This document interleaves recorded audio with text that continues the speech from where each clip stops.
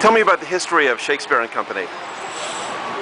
It's a long history. I suppose it starts with Sylvia Beach, who opened her bookshop Shakespeare and Company on Rue de l'Odéon in 1919, and she was a formidable bookseller. She published Ulysses by James Joyce, and a lot of the Lost Generation writers spent a lot of time at her bookshop.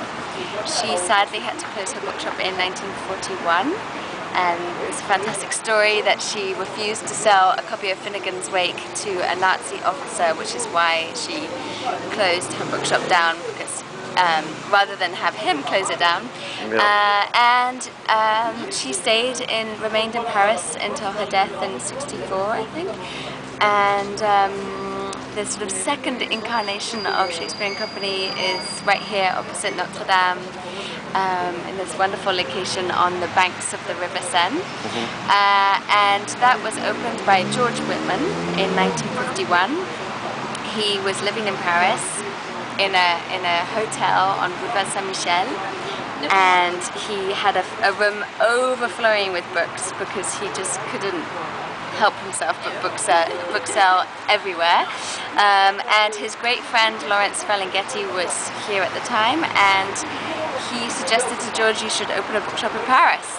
And so a few months later, George came across this wonderful location, and he opened the bookshop, and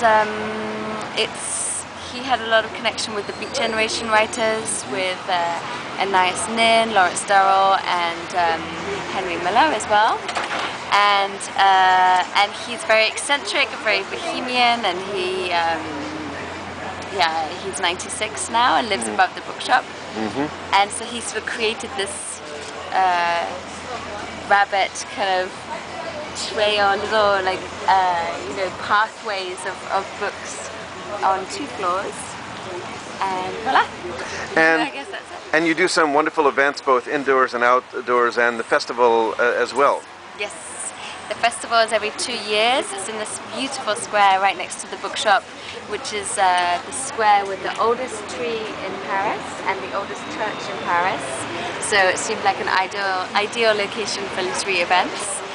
And the festival always has a different theme every time, and other than that we do weekly readings every Monday, which is something that George started in 1951 and we've carried on.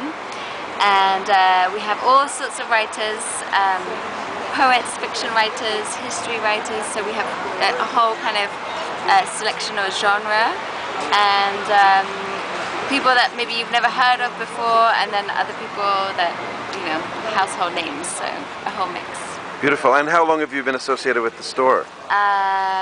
All my life, actually. And how did that happen? So, I'm George's daughter, and I was born in 1981 opposite the bookshop in a hospital there. And yes, I grew up here, and then I moved away and came back about 6 years ago. So I'm very much associated with it. Wonderful.